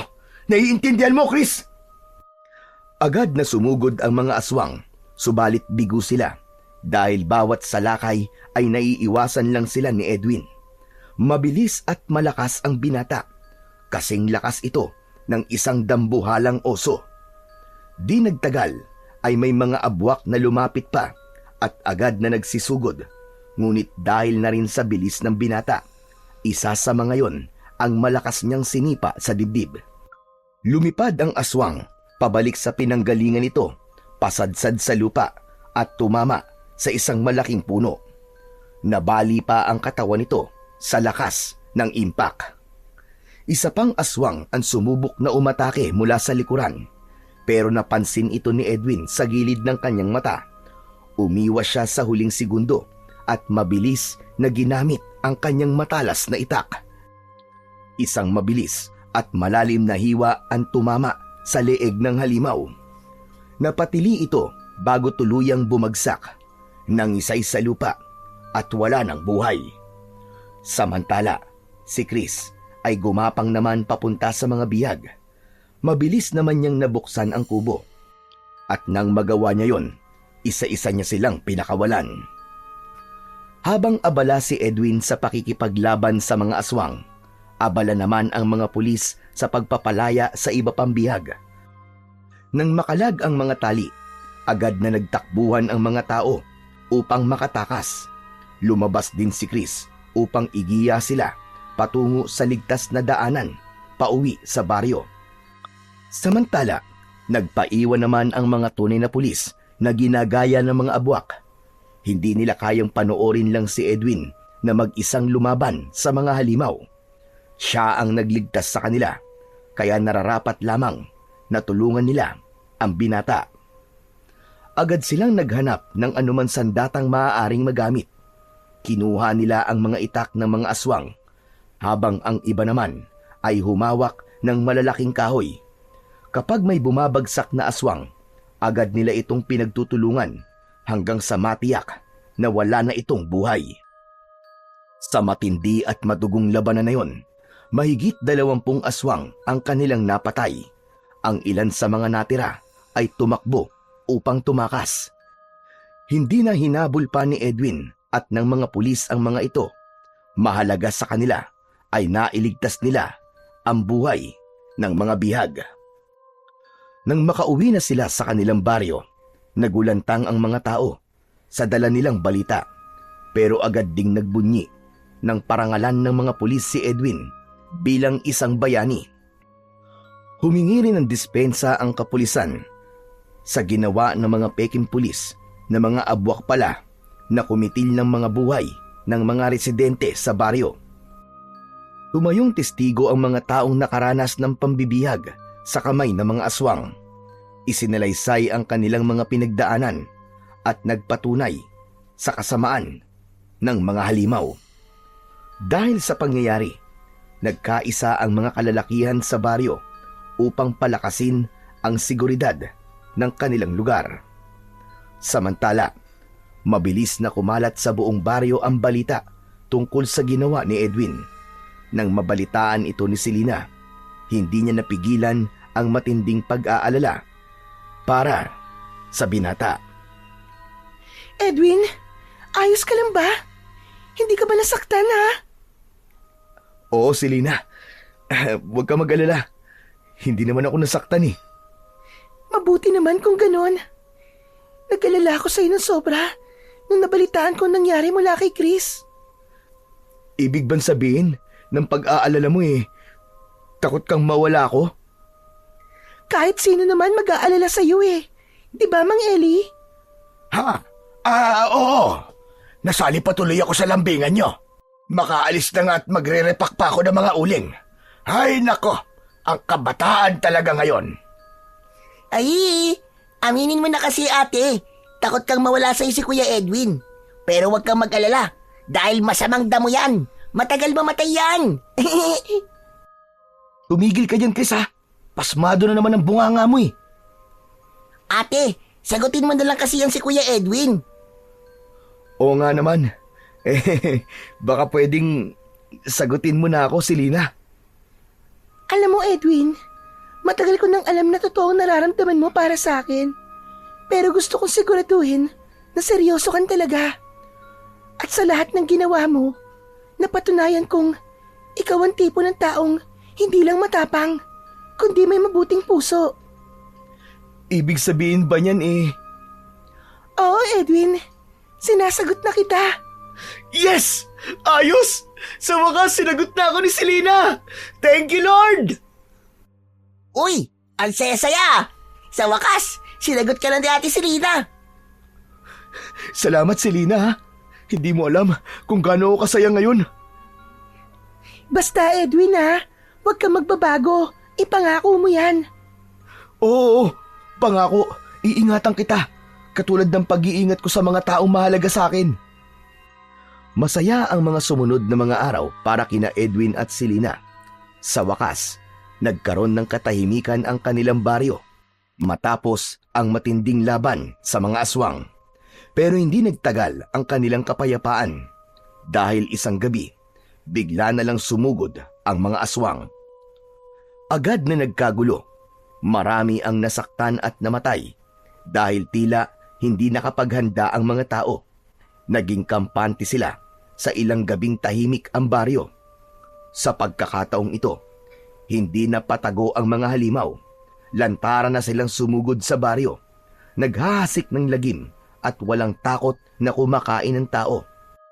Halos gabi-gabi, may nadaragdagan sa listahan ng mga biktima at kahit anong paghahanap ni Edwin, hindi niya mahuli ang mga salarin. Tanging mga bangkay na lang ang kanilang natatagpuan tuwing umaga. Habang abala siya sa ginagawang pag-aasikaso sa mga napatay ng aswang, biglang lumapit sa kanya si Tekla. Hay, salamat. Mabuti naman at na-corner din kita, no? Tekla, bakit ba? May problema na naman ba tayo? Anong problema ang sinasabi mo? May utang ka pa sa akin di mo pa nababayaran, ha? Hindi mo ko sinipot. Pambihira ka naman oh. Hindi mo nabalitaan? Busy ako kakahunting sa mga aswang. Hindi. Malay ko ba dyan? Naku, imposible namang wala ka nabalitaan, kuya. Ikaw pa naman ang number 1 na marites dito sa lugar natin. Hoy, tigil-tigilan mo ang kutong lupa ka, ha? Hindi ako marites. Tsaka anong kuyang sinasabi mo? Hindi ako lalaki. Girl ako. Lo, girl daw oh. Tumigil ka na dyan, ha? Kukurutin na kita. Tsaka, hindi naman ako lumapit dito para maningil agad-agad, no? Gusto ko lang naman kayong imbitahan sa birthday ko. Kailan ba yun? Mamayang hapon. Punta kayo, ha? Abay, syempre naman. Pupunta kami. Kainan yun eh.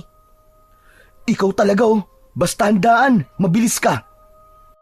O basta, alam nyo na ngayon, imbitado kayo sa birthday ko. Asahan ko kayo, ha? Lalo ka na, Papa Edwin. Babu! Pagdating ng hapon, sabay na nagpunta si Edwin at Chris sa bahay ni Tekla. Isinama na rin ng binata si Selena at hindi naman yun inaasahan ni Tekla. Happy birthday sa'yo, ate. Teka, Edwin. Sino siya? Nobya ko. Si Selena. Ano? Taken ka na? Ilang araw pa lang naman eh. Ganun ba? Naku, hindi mo naman sinabi na may dadalhin ka palang ibang kasama. Edwin, uuwi na lang ako. Kayo na lang ni Chris ang pumasok. Teka. Sasama kami sa pag-uwi kung hindi ka tutuloy. Pero, Oo na, sige na, wag ka lang umeksena. Pumasok na kayo. Nandito ka na eh. Salamat, Kuya Tekla. Naka-false eyelashes, naka-dress na mint green, kuya ang tawag mo? Sipain kaya kita dyan. Pasmadong bibig ng batang ito. Hindi kita pakainin dyan eh. Pasalamat ka lang dito si Papa Edwin. O sige na, kumain na kayo habang mainit pa ang pagkain.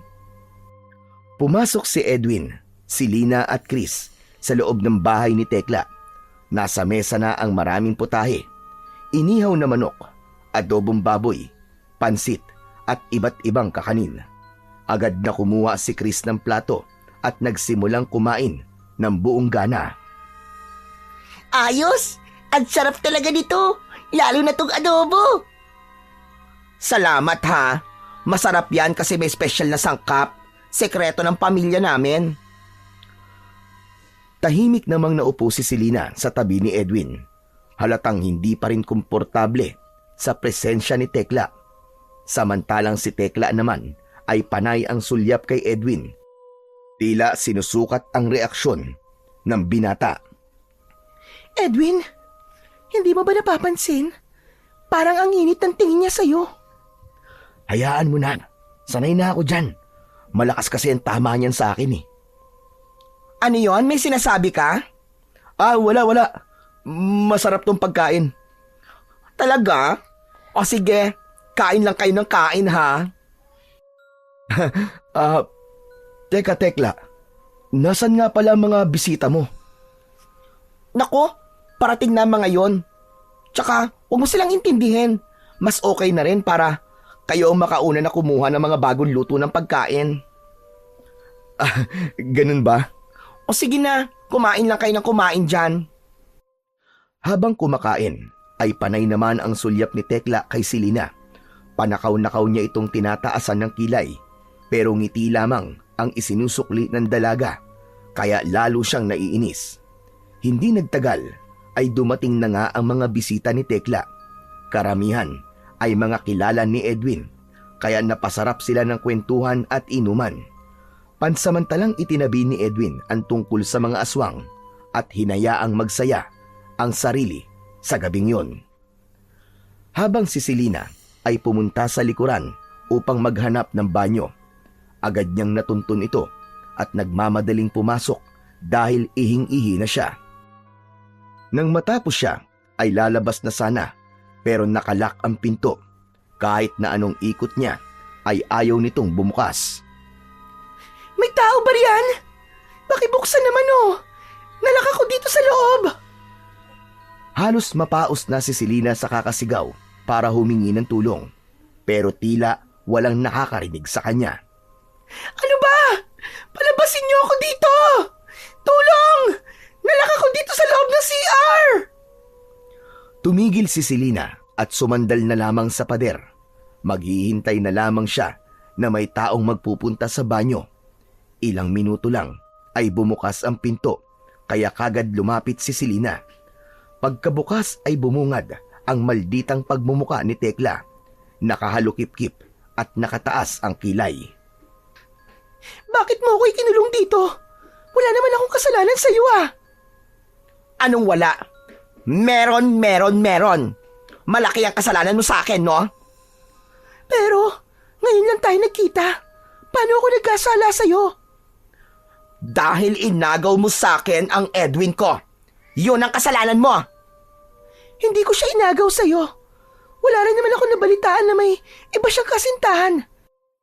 Ikaw lang naman yata nag-a-assume na pag-aari mo siya, ate. Walang sa'yo. Akin lang si Edwin. Pero huwag ka mag-alala. Hindi ko isusumbong kay Edwin ang ginawa mo sa akin. Basta, pakawalan mo na ako dito. Ha?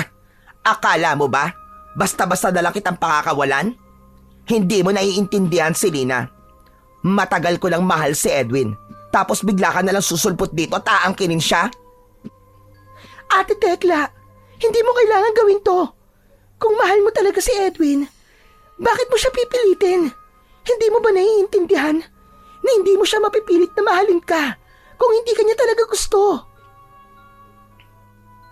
Teka, saan ka pupunta? Hindi pa ako tapos sa'yo, no? Aray! Bitiwan mo ang braso ko! Eh, paano kung ayaw ko?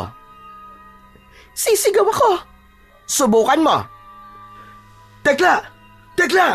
Pabira ka! Ano ginagawa mo? Bitiwan mo si Selena! Marahas na hinawakan ni Edwin ang braso ni Tekla at itinulak ito palayo. Nakakunot ang noo niya at matalim ang tingin sa bakla. Ikaw pa mismo nagpumilit na papasukin kami rito. Hindi ko alam na may masama ka palang binabala kay Selena. Sana pala, hindi na lang kami tumuloy. Teka, Edwin, hindi. Mali ka lang iniisip mo. Anong mali?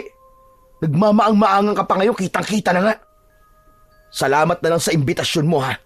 Pero ito na ang huling beses na magkakausap tayong dalawa. Dahil simula ngayon, wag ka na makalapit-lapit o makikipag-usap sa akin. Tara na, Selena. Nag-aalangan man, sumunod ang dalaga kay Edwin, pero hindi niya maiwasang mapatingin sa batok ni Tekla. May kung anong kakaiba sa balat nito. Teka! Ano yung nasa batok mo, Tekla? Ha? Ano ba pakialam mo? Kung ano-ano nakikita mo? Totoo ba yan? Paki mo ba dito? Tahimik na lumayo ang dalawa. Iniwan si Tekla na nasa tapat ng banyo. Agad nilang tinawag si Chris na hindi pa tapos kumain. Halika na, Chris. Aalis na tayo. Ha? Bakit? Sayang naman itong mga pagkain, oh. Bahala ka na nga riyan. Basta uuwi na kami ni Selena. Hoy, teka lang, Kuya Edwin. Hintayin niyo ako. Sandali. Habang naglalakad sina Edwin sa madilim na daan, biglang may narinig silang kaluskos mula sa ilalim ng lupa. Napahinto sila at nagmasid. Tila may kung anong gumagapang sa ilalim ng lupa. Mabilis ito. Kuya, nararamdaman niyo ba yun? Ano yun? Bago pa makasagot ang binata, ay biglang umumbok ang lupa sa kanilang harapan. Nabitak ang lupa at may isang higanting bayawak ang lumitaw. Edwin! May halimaw! Chris, dumistansya ka! Humawa ka sa akin, Selena. Diyan ka lang sa likod ko.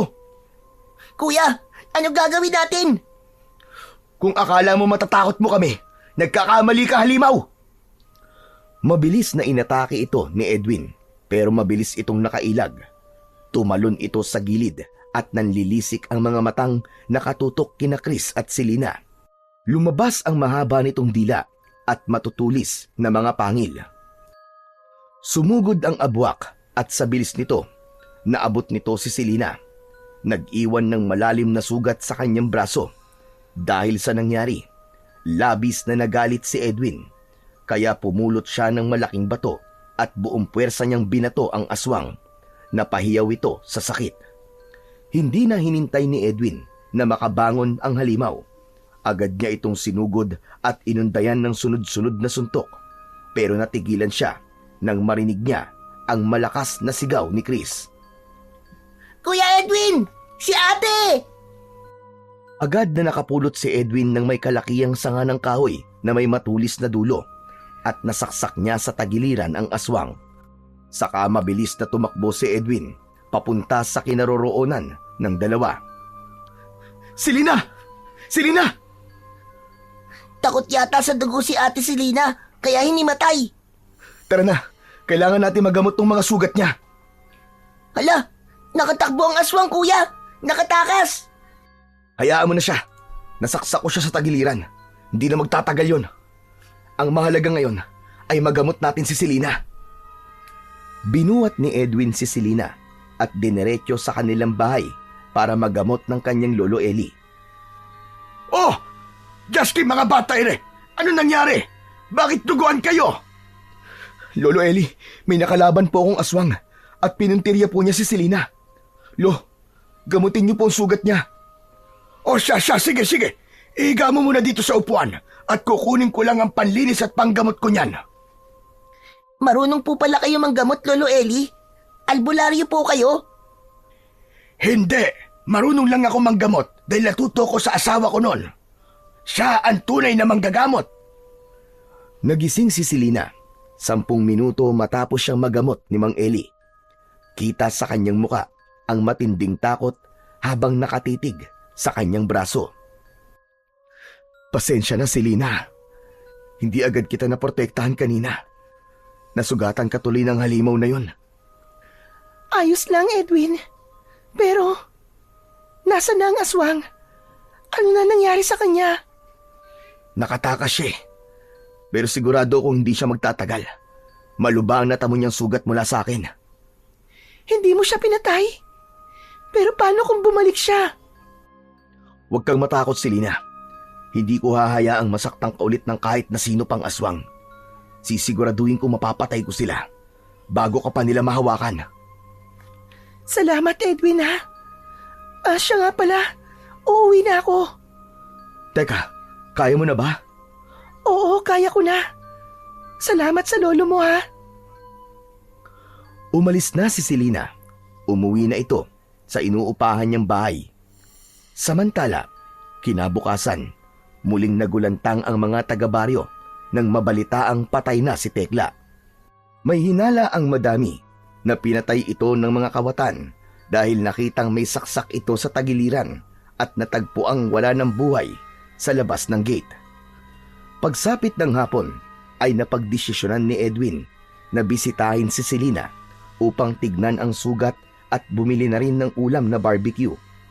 Habang tinataak ang daan papunta sa bahay ni Selena, ay nakita niya ang dalaga na mabilis ang mga akbang, kaya hinabol niya ito.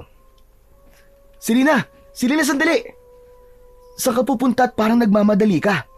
Baka mapano yung sugat mo. Pupunta ako sa mga pulis, Edwin. Ha? Bakit? Ano nangyari?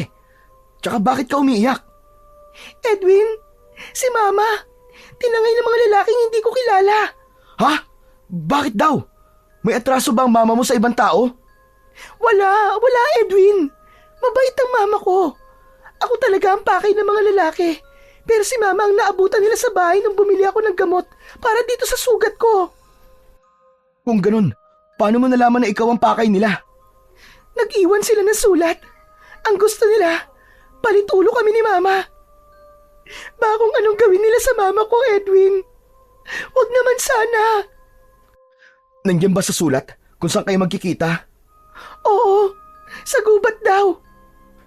Hindi kaya mga aswang na naman ang dumukot sa nanay mo? Parang ganun na nga, Edwin. Huwag ka mag-alala. Hahanapin ko sila. Babawiin natin ang mama mo ng buo. Sasama ako sa'yo. Huwag na. Ako na lang. Delikado yun para sa'yo. O sige, basta kailangan mong iligtas ang mama ko, ha? Mangako ka sa akin, Edwin. Oo, pinapangako ko si Lina. Kuya! Kuya! Oh, mabuti naman at tumubo ka na batang kabuti. O anong balita? Si Lolo Eli, kinuha ng 3 malalaking lalaki. Ano? Sino naman sila? Hindi namin kilala, kuya. Ngayon ko lang din siya nakita. Ikaw ang kailangan nila eh. Pero dahil wala ka, pinakawalan nila ako para sabihin sa iyo ang nangyari at kung saan mo sila pwedeng puntahan. Saan daw? Sa gubat daw. Doon mismo sa pinuntahan natin doon. Posible kayang iisa lang ang may kagagawa nito, Edwin? Tama ka, Selena. Posible nga. Gumaganti sila dahil sa huling sagupaan namin. Anong gagawin natin? Ako ang habol nila. Kaya ako rin ang kailangang humarap sa kanila. Pero Edwin, Wala na tayong pagpipilian, Selena. Kailangan ko silang iligtas. Si Lolo, siya na lang ang natitira kong pamilya. Hindi ko hahayaang pati siya ay mawawala sa akin. sige, sasamahan na kita. Hindi nga pwede, Selena. Baka mapahamak ka lang dun. Hindi ko rin kaya kung mawawala ka sa akin. Sige na, Edwin. Hindi ako mapapalagay hanggat nandito lang ako sa bahay. Payagan mo na ako. Gusto ko rin masiguro na buhay ang mama ko. Alam ko rin naman na hindi mo ako pababayaan, di ba? Anak ng... Oh, sige na nga. Basta ipangako mong hindi ka aalis sa tabi ko, ha? Salamat. Tara na. Teka, nasan si Chris? Bakit biglang nawala ang batang yun? Ha? Hindi ko rin napansin eh. Abat, talaga palang kabuti siya, no? Pasulpot-sulpot lang. Mas mabuti ngang wala siya. Tara na. Hindi na ba tayo tatawag ng pulis? Wag na. Ayoko may ibang madadamay. Ako lang naman ang kailangan nila eh. Pero mas mabuti may mga pulis, Edwin. Mas ligtas tayo kung may backup. Selena, wag mo mamalitin tong kasintahan mo. Kasing tigas yata ito ng bato. Yan ka na naman eh. Inaatake ka na naman ang pagkahambog mo eh. Totoo yun. Tsaka wag ka mag-alala. Ililigtas natin sila. Naglakad na sila at pagkaraan ng ilang oras, narating na nila ang loob ng gubat. Naging mapagmatsyag si Edwin dahil ramdam niya ang presensya ng mga aswang. Edwin, bakit ang tahimik? Nandito ba talaga sila? Shh! Huwag kang maingay. Nandyan lang sila. Nagmamatsyag sa atin at naghihintay na magandang pagkakataon para umatake. Dito ka lang ha. Diyan ka lang sa likod ko. Huwag kang bibitaw sa akin. Oo, Edwin. Papalubog na ang araw, ngunit wala pa rin kahit isang aswang ang nagpapakita sa kanila. Alam ni Edwin na mas nagiging mabagsik ang mga halimaw sa gabi, kaya inihanda niya ang sarili para sa hindi maiiwasang labanan. Hanggang sa nakarinig na sila ng malalakas na mga kaluskos. Edwin, may mga kaluskos. Nandiyan na sila. Selena, mga tuso sila. Alam nilang mas malakas sila pagsapit ng gabi, kaya hindi sila nagpapakita kanina. Kaya mo ba silang talunin lahat, Edwin? Kakayanin, alang-alang sa inyo. Sa isang iglap, biglang lumitaw mula sa kadiliman ang isang aswang na abwak. Mayabang itong nakatayo, nakangisi, habang nakatitig sa kanya. Nasaan ang lolo ko at nanay ni Selena? Ilabas niyo sila! Unang inilabas ng mga aswang ang ina ni Selena. Nakatali ang mga kamay sa likuran at halatang mahina na dahil sa takot at pagod. Napasigaw si Selena, ngunit maigpit siyang hinawakan ni Edwin upang pigilan itong sumugod. Maya-maya pa, muling nagsalita ang aswang at sinabing ilalabas lang nila si Mang Eli kung maibibigay ni Edwin ang kapalit. Tumingin ito sa binata at itinuro ang suot niyang agimat bilang kapalit sa buhay ng kanyang lolo. Huwag kang pumayag, Edwin. Hindi maaari ang gusto nila. Kapag ginawa mo yon, lahat tayo dito ay mamamatay. Pero yun lang ang paraan, Selena, para patakasin nila ng buhay si lolo. Tama ka. Makakalabas nga ng buhay ang lolo mo. Pero anong mangyayari pagkatapos? Pag-isipan mo mabuti, Edwin. Anong gusto mong gawin ko? Hahayaan kong patayin nila si lolo? Hindi sa ganun, Edwin. Mag-isip na lang tayo ng paraan para iligtas silang dalawa. Tama ka, Selena. May iba pang paraan para mailigtas sila. Pwes, yun ang gawin mo. Pagkatapos itong gagawin ko, ilabas niyo si lolo at hayaan niyong makaalis sila ng ligtas. Nakahanda na siyang gawin ang kinakailangan, ngunit nanatiling mapagmatsyag, handang lumaban kung sakaling hindi tumupad sa kasunduan ang mga aswang. Pero iba ang ginawa ng binata. Anong ginagawa mo, Edwin? Mapapahama ka lang. Ako ang kailangan nila. Kaya ang pakiusap ko sa iyo, Selena, pagkatapos itong gagawin ko, iligtas mo sila at lumayo kayo sa abot ng iyong makakaya. Pero ikaw, Lalaban ako gamit ang sarili kong lakas. hindi, wag. Hindi ako papayag. Akin na yung agimat. Ako na lang ang magbibigay sa kanila. Mabilis nitong inagaw ang agimat kay Edwin. Palabasin niyo na si Mang Eli. Heto, kunin mo na ang kwintas. Lumabas ang isang aswang na hawak si Mang Eli. Edwin na po! Bakit mo binigay sa kanya kwintas? Hindi mo dapat binigay sa kanya yan! Lolo Eli, wala na tayong ibang pagpipilian. Ang mahalaga ay ligtas kayo. Hawak na ng aswang ang anting-anting at biglang lumakas ang hangin sa paligid. Isang nakakakilabot na enerhiya ang bumalot sa paligid na parang may mas malaking panganib na paparating. Edwin, hindi mo naiintindihan. Kapag napunta yan sa kanila, mas lalakas sila. Hindi mo na sila matatalo. Hindi naman po ako magpapatalo sa kanila, Lolo. Sa isang iglap, unti-unting nag-iba ang anyo ng pinuno ng mga aswang. Ramdam ni Edwin ang matinding presensya ng kasamaan, ngunit hindi siya natinag. Alam niyang wala nang atrasan ito. Lalaban siya hanggang sa huli. Pero nang subukan niyang sumugod, nakaramdam siya ng pananakit ng kanyang tagiliran. Nang kanyang lingunin, nakita niyang may nakatarak na matalim na kuko. Selena, bakit mo ito ginawa? Dahil matagal na akong kabilang sa kanila, Edwin. Biglang naging abwak si Selena.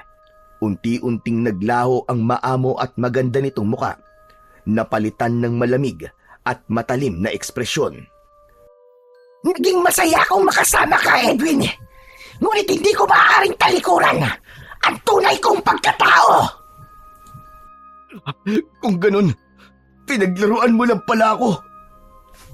Sa wakas, nahulog ka rin sa aking patibong. Walang hiya ka. Napakahina mo, Edwin. Sa magandang babae ka lang pala titiklop. Hayop ka. Wala kang puso. Wala kang utang na loob. Simula nang makilala kita, wala akong ginawa kundi mahalin ka. Pero lihim mo na pala akong tinitira sa likod. Ginamit mo lang ako. Mas wala kang puso dahil pinatay niyo ang mga kalahi ko. Ginawa ko lamang kung ano ang alam kong tama. Wala ka ng agimat. Nasa amin na nagbibigay ng lakas at proteksyon sa'yo. Wala ka ng laban sa amin ngayon. Hayop ka! Ibalik mo sa akin yan! Biglang inagaw ulit ni Selena ang agimat at dinurog ito. Sandali! Bakit ang daling nadurog nito? Dahil hindi naman yan ang totoong pangil ng oso. Akala mo ba, kailangan marunong manloko ng tao? Masyado mo akong minaliit, Selena. Nanlaki ang mga mata ni Selena nang ilabas ni Edwin ang totoong agimat. Pero maya-maya, may inilabas itong pulbos at itinapon sa mukha ng babaeng abwak. Anong ginawa mo, Edwin? Ha! Laso niyan na pwede mong ikamatay, hayop ka, at ng mga kalahi mo. Matagal na namin pinaghandaan yan. Salamat sa mga kasangkapan na iniwan ni tatay at nagamit ko to laban sa'yo. Sa tingin mo ba, ay susugod ako mag-isa ulit dito nang hindi handa? Hindi naman sana para sa'yo yan eh. Para sana yan sa gustong kumuha ng anting-anting. Pero hindi ko akalain na ikaw pala mismo ang pinuno nila. Kaya pasensya na dahil mas mautak ako kaysa sa inaakala mo. Hayop ka! Pinaniwala mo ko! Patas lang tayo, Selena. Dahil pinaniwala mo rin akong totoo ka at mahal mo ko. Narito ang totoong anting-anting. At kailanman, hindi ko to ibibigay kahit na kanino. Kahit lolo ko nga, hindi ko pinapahawak to eh. Kayo pa kaya? Ah, mautak tong kalaban nyo. Patayin sila! Sabay-sabay na sumugod ang mga aswang. Subalit isa-isang napatumba ni Edwin ang mga yon. Nakita niyang susugurin ang lolo Eli niya. Kaya mabilis siyang tumakbo. Sinalubong ng malakas na suntok ang babaeng aswang. Halos lahat sila ay nakahandusay sa lupa at namimilipit sa sobrang sakit. Hayop ka! Mamatay ka na, Selena! Ang mga natitirang aswang, halos sabay-sabay silang sumugod. Pero bigla silang natigilan nang makarinig ng sunod-sunod na putok ng baril. Dumating si Chris kasama ang maraming pulis. Walang nakaligtas na buhay sa mga aswang maliban kay Selena na unti-unti na ring nanghihina. Hayop ka! Minahal kita nang higit pa sa buhay ko. Pero niloko mo ko, Selena. Niloko mo ko. Isa kang abwak na pumapatay ng mga tao. Ito na ang katapusan ng lahi mo, Selena. Hindi! Hindi matatapos ang lahi namin, Edwin. Kahit ako na ang huli ngayon at mapatay mo ko, may iba pang maghihigante! Wala na. Tinitiyak kong hanggang dito na lang yan. Wala nang babalik pa. Wala nang ibang susunod sa yapak nyo. Nagkakamali ka. Hindi mo alam, Edwin. Hindi mo alam. Hayop ka. Katapusan mo na!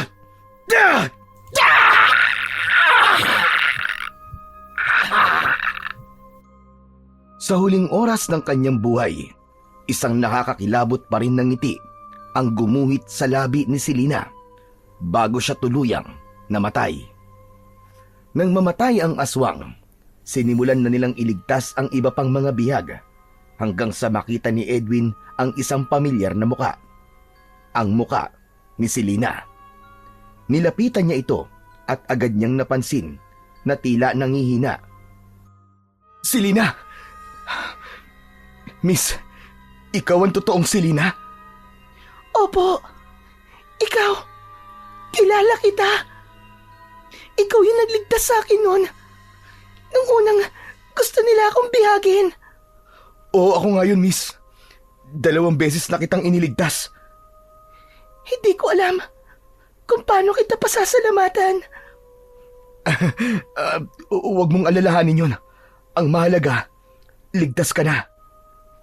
Marahang binuhat ni Edwin ang totoong Selena. Nang makita niyang nangihina ito, agad nila siyang dinala sa ospital upang magamot, lalo na't labis itong natroma sa nangyari sa kanya. Ang Selena pala na niligawan at nakakasama ni Edwin ay isang huwad at siya ang pinuno ng mga abwak na nagpanggap lang na Selena dahil nalaman ng mga ito na may paghanga ang binata sa babae. Kaya't ginamit nila ang pagkakataon na yon para mapalapit kay Edwin at magawa niya ang kanyang maitim na plano. Habang nagpapagaling si Selena sa ospital, muling bumalik ang kapayapaan sa kanilang baryo. Sa tulong ni Edwin, Chris at ng mga pulis, napalayas na nila ang mga natitira pang mga aswang na matagal nang gumugulo sa kanilang lugar. Muli, naging tahimik ang pamumuhay ng mga tao at unti-unting bumalik ang sigla ng baryo. Matapos gumaling ni Selena, sabay silang umuwi sa baryo. Edwin, ano nang balak mo ngayon? Patuloy ako magbabantay. Hindi ko hahayaang may maligaw na namang aswang dito sa atin at maggasik ng lagim. Sasamahan kita, Edwin. Gusto kong tumulong sa'yo. Sigurado ka, Selena? Oo, siguradong sigurado. Teka. Ikaw ba talaga ang totoong Selena? Oo naman. Ako ang totoong Selena. Hindi kaya isa ka lang impostor? Ano sa tingin mo, ha? Paano kung isa ka ring aswang? Eh di kakainin kita. Rawr! Huwag ka mag-alala. Magpapakain naman ako sa iyo eh. Sabay silang nagtawanan at sabay na nagkatitigan.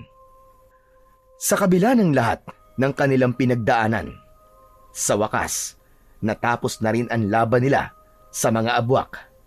Ngunit higit pa roon, isang bagong pag-ibig ang namuo, matibay at walang halong panlilinlang.